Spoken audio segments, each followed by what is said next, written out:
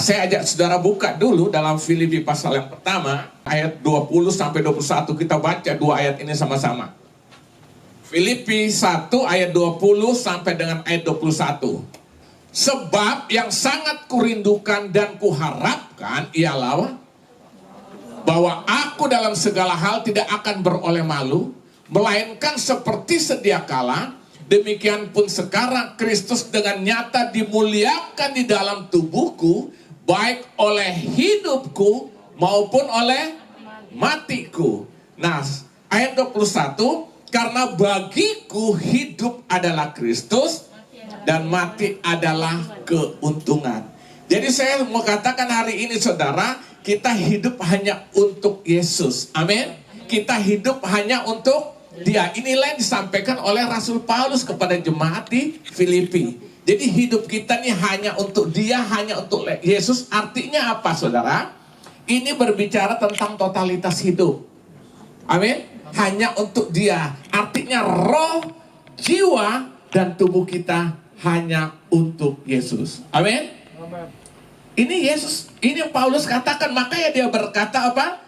Ayat 21, karena bagiku hidup adalah Kristus, lihat, mati adalah keuntungan. Kenapa? Karena hidup Paulus sudah totalitas untuk Yesus. Nah, saya mau tanya saudara hari ini, apa yang menjadi tantangan terbesar dalam mengiring Yesus? Kalau kita benar-benar berkata hidup hanya untuk Yesus, apa tantangan yang terbesar? Yang tantangan terbesar adalah pikiran dan perasaan kita. Amin. Karena apa? Disinilah pusat permainan. Iblis pun selalu menyerang pikiran dan perasaan kita. Dari pikiran perasaan timbul kekecewaan. Setuju? Dari pikiran perasaan timbul rasa marah. Dari pikiran timbul apa? Rasa tersinggung umpamanya. Akhirnya apa yang terjadi? Terjadilah pemberontakan. Terjadinya sikap melawan atau perlawanan. Terjadilah sikap tidak ada penundukan diri kepada otoritas. Nah, saya mau katakan semua ini permainannya ada di pikiran dan perasaan saudara. Ini semua terjadi. Makanya saya selalu banyak ceritakan, jangan suka entertain hati, pikiran dan perasaan kita saudara. Saya beri contoh, misal saudara nggak senang dengan seseorang umpama. Lalu apa? Ada bisikan atau ada permainan di otak kita dengan berbagai macam hal-hal yang negatif akan timbul. Amin? Ini namanya, saya beri nama ini, kita sedang entertain pikiran kita. Makanya jelas Paulus bilang, hidupku, matiku hanya untuk Dia. Jadi saudara lihat, hati-hati dengan apa? Pikiran dan perasaan ini bagian dari jiwa. Jiwa itu pikiran, perasaan, dan kehendak. Waktu kita mau persembahkan supaya bisa totalitas untuk Tuhan, bukan hanya roh saja, tapi pikiran, perasaan, kehendak, itu bagian jiwa sampai tubuh kita. Tubuh ini hanya pelaksana tugas. Dikendalikan, diperintahkan oleh jiwa, yaitu pikiran, perasaan, dan kehendak. Iblis permainkan kita di dunia ini apa? Di bidang ini saudara. Makanya kita harus totalitas untuk Tuhan, ya kan? Nah saudara, kalau saya bicara totalitas untuk Tuhan, bukan harus jadi pendeta loh.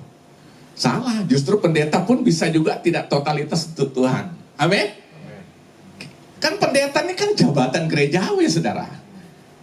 Saya ini menjadi pendeta karena diangkat dari organisasi gereja namanya Gereja Bethel Indonesia. Tapi totalitas saya tidak ditentukan karena status kependetaan. Jadi hubungan yang disebut dengan totalitas hidup hanya untuk Dia itu bukan gelar pendeta, tapi hidup setiap kita. Amin? Saudara saya hari ini harus hidup kita hanya untuk Dia, hanya untuk Yesus. Nah saudara, firman yang baru kita baca ini adalah surat Filipi. Kapan Rasul Paulus menulis surat ini? Paulus sedang ada di penjara di kota Roma. Sekitar tahun 55 sampai 56 Masehi. Nah saudara, kalau pernah ke sana, saya juga belum pernah sih untuk lihat apa? Dia punya penjara sampai hari ini masih ada. Teman saya pendeta udah lihat, dia bilang sampai yang satu tuh waktu lihat itu rasa sedih tapi sekaligus ada gairah timbul untuk melayani Tuhan lebih sungguh. Kenapa? Rupanya itu penjara bawah tanah, gelap, Di bawahnya tuh ada kayak masih aliran air sungai gitu loh. Jadi kalau air itu naik, maka penjara itu akan basah. Nah, saudara bisa bayangkan Rasul Paulus dimasukkan ke tempat itu bukan karena OTT, operasi apa?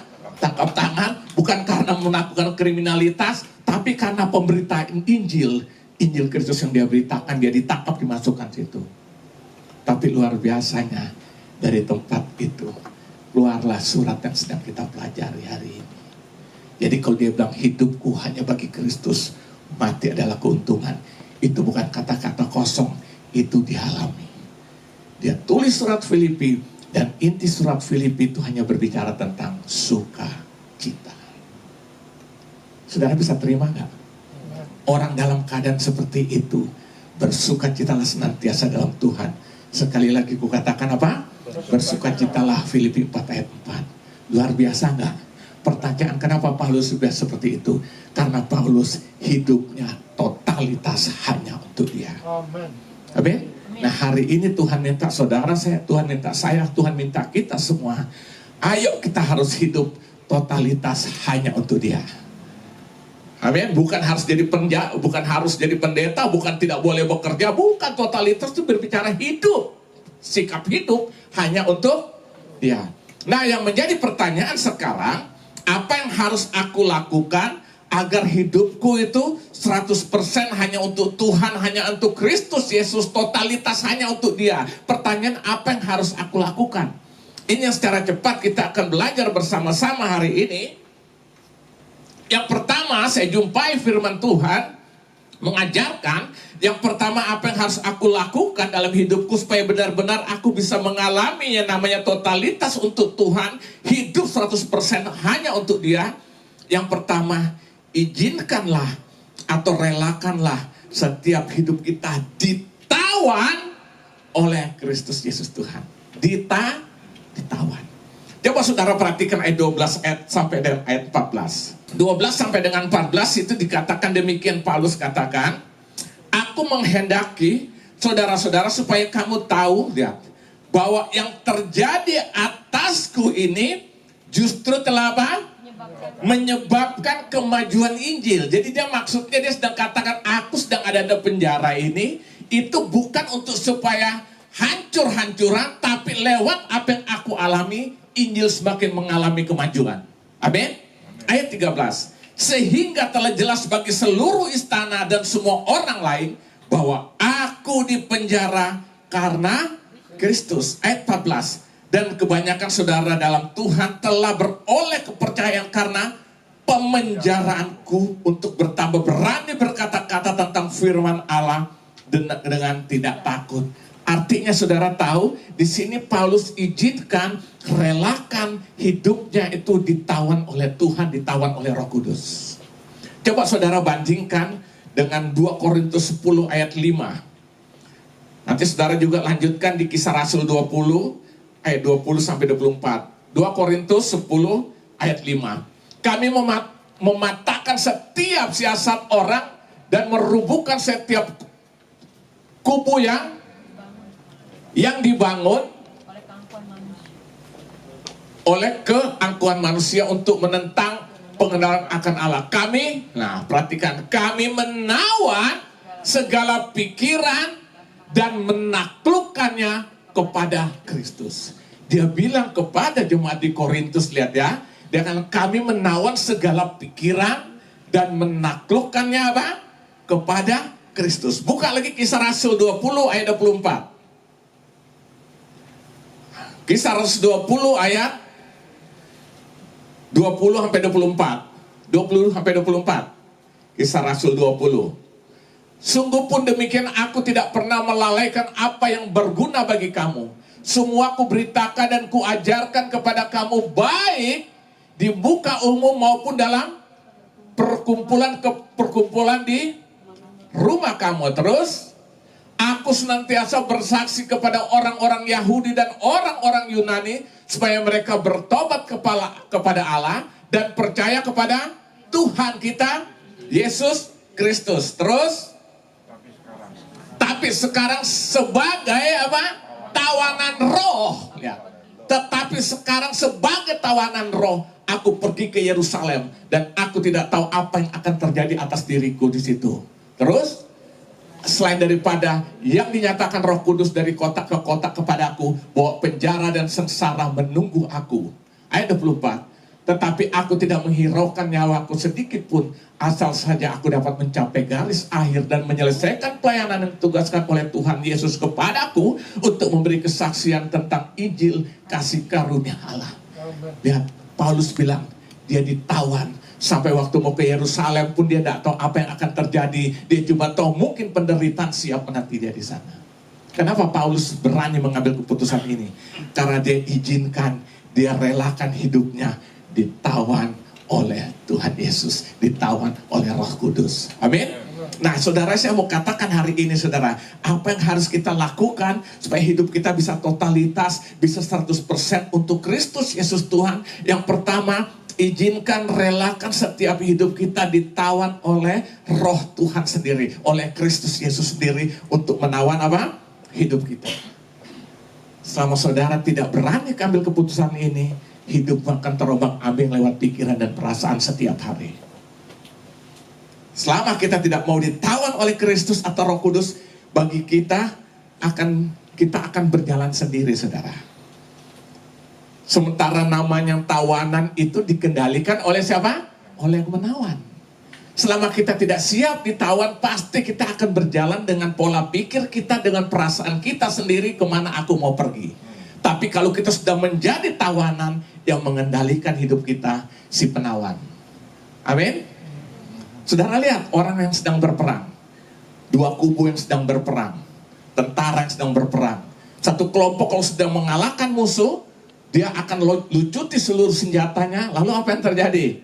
Ditawan. Biasa senjata ditodongkan di belakang, ayo jalan kiri kanan masuk sana. Ikut aja, saudara. Kenapa? Dia tidak bisa bergerak karena yang mengatur dia si penawan. Nah, kita bisa mengalami hidup hanya untuk dia kalau kita relakan hidup kita ditawan oleh Tuhan, ditawan oleh Roh Kudus. Amin. Justru saya percaya kalau ini kita izinkan, kita akan dikendalikan oleh Tuhan bukan untuk kebinasaan, tapi meraih janji berkat dan pertolongan Tuhan setiap saat. Amin. Maka izinkan hari ini, saudara, yang pertama, bagaimana supaya kita bisa hidup hanya untuk dia satu-satunya. Apa yang harus kita lakukan? Izinkan, relakan setiap hidup kita hanya ditawan oleh Yesus Kristus Tuhan. Amin. Siap ditawan? Amin. Akhirnya pikiran kita, saudara tahu, ya udah dikendalikan aja oleh Tuhan. Bayangkan Paulus bilang, aku kemana-mana, termasuk aku harus ke Yerusalem, aku nggak tahu apa yang akan terjadi dengan hidupku. Dia hanya nurut apa yang Tuhan perintahkan.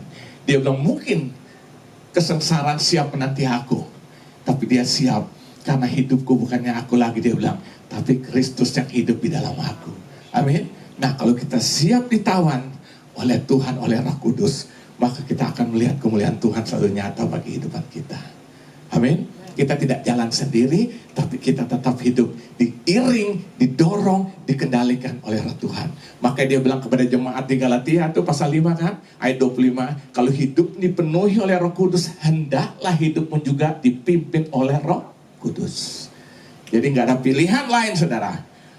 Untuk hidup hanya untuk dia, totalitas. Siapkan hidup kita, izinkan hidup kita, relakan setiap hidup kita ditawan oleh Roh Kudus sendiri. Amin. Saya percaya ini akan membuat kita mengalami namanya hidup total hanya untuk dia. Ini yang pertama.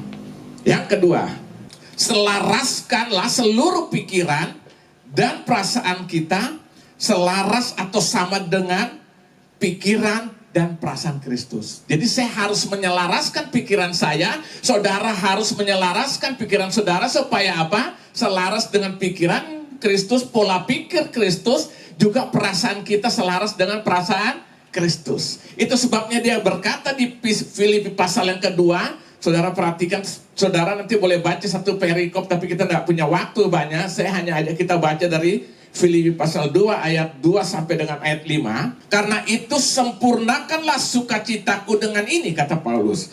Hendaklah kamu apa? Sehati sepikir, dalam satu kasih, satu jiwa, satu tujuan, dengan tidak mencari kepentingan diri sendiri atau puji-pujian yang sia-sia. Sebaliknya hendaklah dengan rendah hati yang seorang menganggap yang lain lebih utama daripada dirinya sendiri. Dan janganlah tiap-tiap orang hanya memperhatikan kepentingannya sendiri, tapi kepentingan orang lain juga. Nah, perhatikan ayat yang kelima.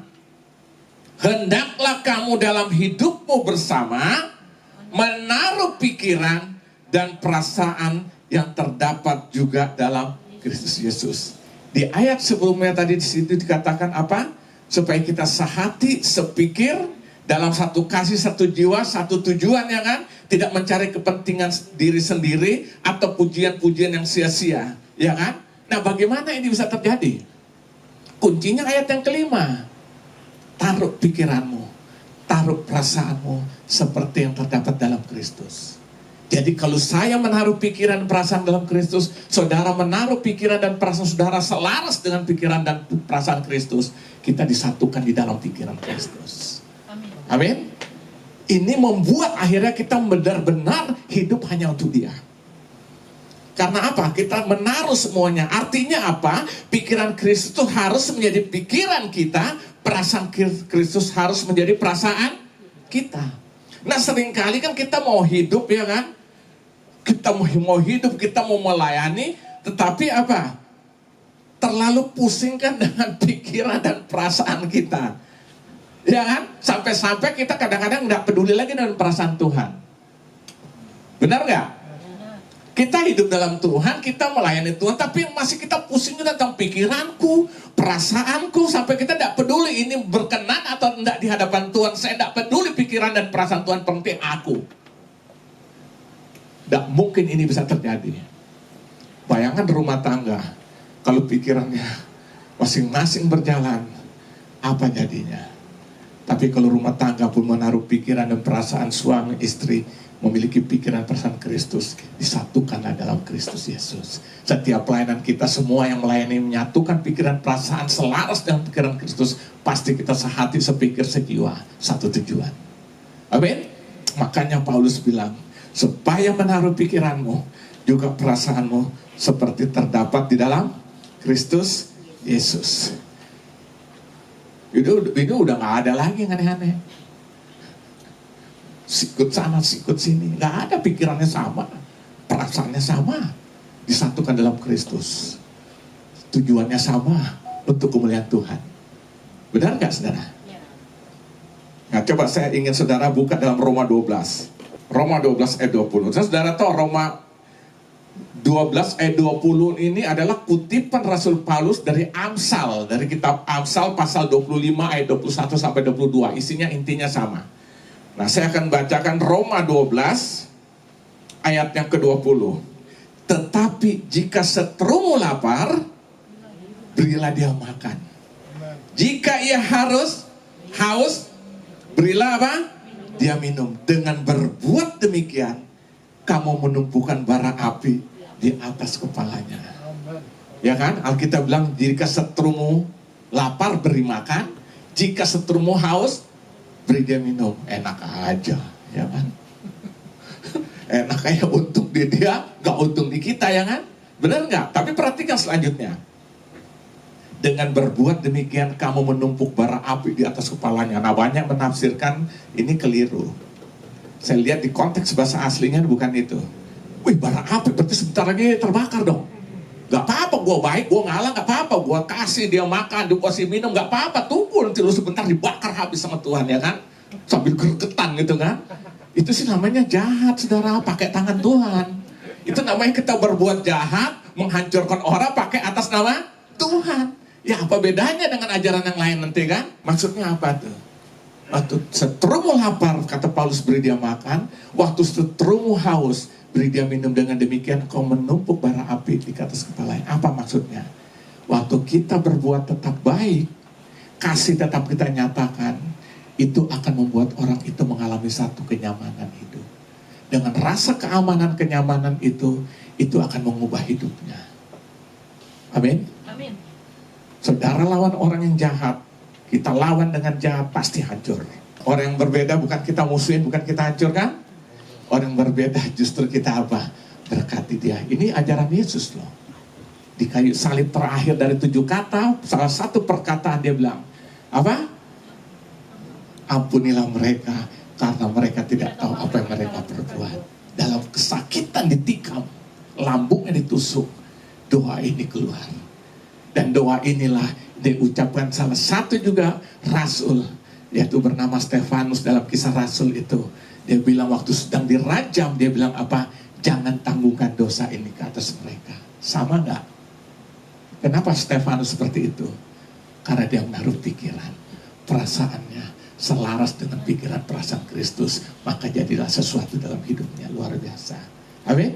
Nah, hari ini saudara, apa yang harus kita lakukan agar hidup kita bisa totalitas hanya untuk Kristus Yesus Tuhan? Selaraskanlah pikiran perasaan kita sama dengan pikiran perasaan Kristus. Amin. Sakiti balas nggak? Tergantung kata. Ya kan, ayo saudara. Gak ada cara lain. Memang bertentangan kelihatannya itu. Saya bilang pikiran perasaan kita selalu bertentangan sering dengan firman. Amin. Tapi waktu kita ikut firman Tuhan, ternyata kita lihat dahsyatnya Tuhan akan bekerja. Orang yang mau rancangan yang jahat, Alkitab bilang Tuhan tangkap itu, dia ubah jadi berkat. Orang rancangan yang jahat buat kita, tapi Tuhan tahu nih anak dia bela, dia tangkap rancangan yang jahat itu, kutuk itu, dia ubah kutuk menjadi berkat. Amin.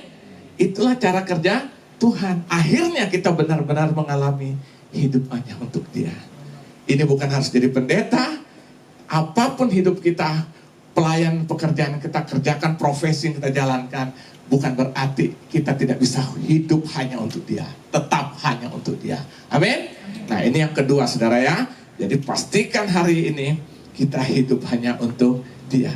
Yang terakhir ini, apa yang harus aku lakukan agar hidupku bisa totalitas 100% untuk Tuhan? Ya. Jadi pikiran itu harus benar-benar saudara. Amin.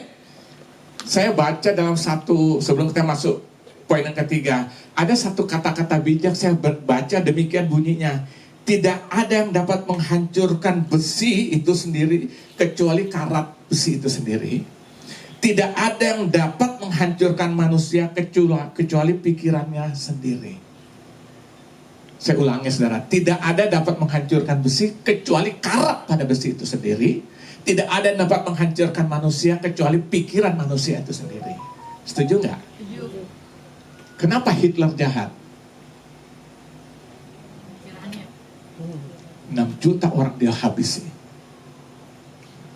Tapi coba lihat orang yang pikiran diperbaharui dalam Kristus, berubah total.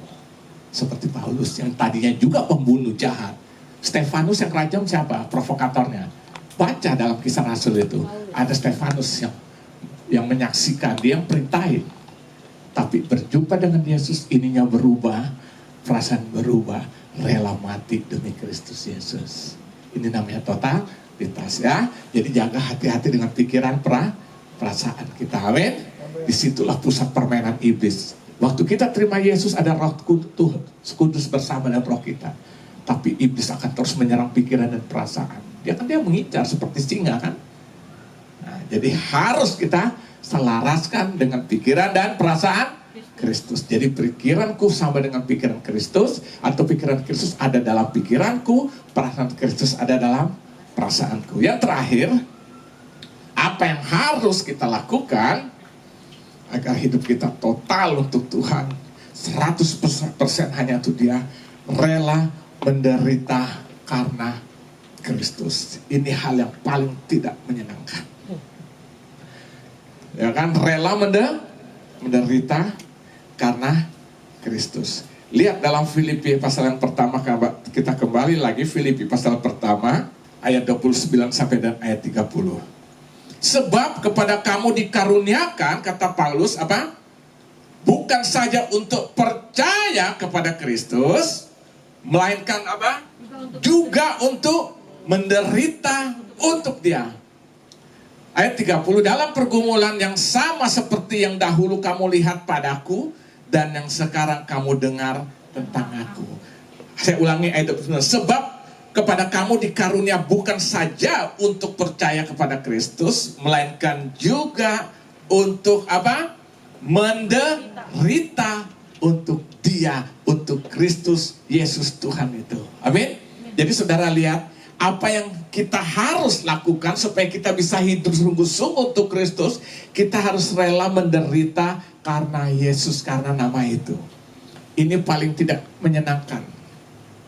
Orang kalau khotbah tentang berkat itu penuh. Orang kalau khotbah tentang mujizat itu penuh. Karena apa? Orang datang ke gereja supaya apa? Dia diberkati secara materi. Maaf, saya harus katakan ini. Supaya, waduh, perusahaan gua 1 jadi 2 nih, 2 jadi 3, ya kan? Yang sakit pasti semua. Saya tetap percaya dalam Yesus tuh ada apa? Ada mujizat. Tapi perhatikan, tujuan Yesus lakukan mujizat bukan untuk sampai di situ. Baca dong perjalanan pelayanan Yesus. Dia selalu lakukan untuk menunjukkan nih, gua berkuasa, gua Tuhan. Tapi untuk supaya orang akhirnya lewat itu, orang percaya lalu menerima Dia sebagai Tuhan dan Juru Selamat. Akulah jalan, kebenaran, dan hidup. Tidak seorang sampai kepada Bapa kalau tidak melalui aku. Dan dia harus buktikan bahwa dia tuh Tuhan yang berkuasa. Jadi mujizat bukan tujuan akhir. Berkat juga bukan tujuan, berkat materi maksud saya. Itu bukan tujuan akhir hidup kita. Justru kalau Tuhan berkati, pasti ada rencana Tuhan di balik berkat yang Dia berikan. Supaya apa? Dengan berkat itu kita mempermuliakan Tuhan. Amin? Jadi saudara lihat ya. Nah itu sebabnya Paulus bilang kita harus juga rela menderita karena Kristus. Makanya saudara lihat, Paulus menulis surat ini, dia lagi menderita secara fisik dalam penjara di Roma. Fisiknya menderita saudara ya. Tetapi tidak menghilangkan apa? Rasa sukacita dan rasa syukurnya kepada Allah. Makanya dalam Filipi 4, coba kita lihat dulu. Filipi pasal 4 ayat 4 sampai dan ayat yang ke-7. Dia berkata demikian. Bersukacitalah senantiasa dalam Tuhan. Sekali lagi katakan, bersukacitalah, hendaklah kebaikan hatimu diketahui semua orang, Tuhan sudah dekat. Ayat yang ke-6, janganlah hendaknya kamu khawatir tentang apapun juga, tapi nyatakanlah dalam segala hal keinginanmu kepada Allah dalam doa dan permohonan dengan ucapan syukur. Lalu ayat 7, damai sejahtera Allah yang melampaui segala akal akan memelihara hati dan pikiranmu dalam Kristus Yesus. Pertanyaannya, waktu Paulus menulis surat ini, dia alami ini enggak? Dia menderita secara fisik enggak? Tapi dia mengeluh enggak? Kenapa? Karena dia mengalami perkara-perkara luar biasa di dalam Kristus. Makanya dia bilang bersukacitalah. Ya kan? Ucapkanlah syukur dalam segala perkara. Dia sampaikan hal itu kan. Ayat yang berapa ke-6. Ucapkanlah syukur. Ya. Dan damai sejahtera Allah, ayat 7, melampaui akal. Berarti tidak bisa diterima akal sehat, akal manusia, akan memelihara hati dan pikiranmu dalam Kristus. Aneh nggak? Yang Paulus alami. Dia di penjara tapi bisa sukacita. Ini namanya melampaui akal. Ukuran sukacita dunia, apa yang gua nikmati, apa yang gua punya, itu memberikan apa? Sukacita. Hidup oke, gak ada masalah, keluarga sehat, anak sehat, perusahaan maju, uang banyak. Haleluya. Kita bisa sukacita. Begitu menghadapi tantangan, kadang-kadang dunia mau runtuh. Paulus bilang, ya, sukacita yang melampaui akal itu akan memelihara kehidupan kita. Amin. Jadi saudara lihat yang ketiga, rela menderita karena Kristus. Maka Yesus bilang dalam Matius 10 ayat 39, siapa mempertahankan nyawa akan kehilangan nyawa. Tapi siapa kehilangan nyawa karena aku, justru akan mendapatkannya. Amin. Nyawa itu berbicara kehidupan. Orang rela hidupnya hilang, hidupnya terbelenggu di dalam Kristus, ditawan oleh Kristus, sehingga dia rela kehilangan segalanya demi Kristus. Bukan dia kehilangan, justru dia mendapatkannya. Amin. Saya mau tanya, Paulus tuh kaya nggak latar belakangnya? Dia seorang pengusaha tenda loh. Setelah dia beri hidup untuk Yesus, secara fisik kelihatan menderita nggak? Dia kekurangan nggak? Enggak. Nah saudara bilang, itu yang namanya berkat Tuhan yang luar biasa itu. Amin. Tidak bisa ditakar dengan pikiran manusia. Itu sebabnya Yesus juga pernah berkata, setiap orang memikut aku harus menyakal dirinya, memikul salibnya, dan mengikut aku. Jadi dalam Yesus itu ada berkat, ada kepastiannya. Tapi juga kita diizinkan mengalami tantangan-tantangan, supaya lewat tantangan kita melihat mukjizat dan kuasa kemuliaan Tuhan dinyatakan. Amin. Jadi yang Tuhan izinkan bukan untuk menghancurkan, Tuhan izinkan supaya kita diproses menjadi emas yang murni itu. Amin. Nah, itu sebabnya hari ini saudara, dalam tahun percepatan ini, biar hidup kita hanya untuk Dia. Kita mengalami percepatan dalam bidang itu. Nah, apa yang harus dilakukan? Saya simpulkan, yang pertama kita harus izinkan, relakan supaya setiap hidup kita ditawan oleh Kristus Yesus Tuhan. Yang kedua, kita harus selaraskan seluruh pikiran dan perasaan kita supaya sama, selaras dengan pikiran dan perasaan Kristus. Pasti kita akan bisa hidup hanya untuk Dia. Yang ketiga, rela menderita karena Kristus. Saudara, bisa orang gak suka lah dengan kita hanya karena dia tahu kita Kristen. Saudara bekerja di kantor, kita bisa dikucilkan hanya karena apa? Kita orang Kristen. Bahkan jabatan kita bisa dihambat karena dia tahu, oh dia orang Kristen. Dihambat, itu merupakan penderitaan karena nama Yesus. Tapi di balik penderitaan ada janji berkat Tuhan yang siap menanti kehidupan kita. Amin. Yang pasti kekekalan hidup yang Tuhan sediakan bagi kita. Amin. Nah, saya kira demikian firman Tuhan boleh menguatkan kita, mengingatkan kita, menegurkan kita, memurnikan iman kita kembali pada hari Minggu ini. Hidup hanya untuk Dia. Tuhan Yesus memberkati.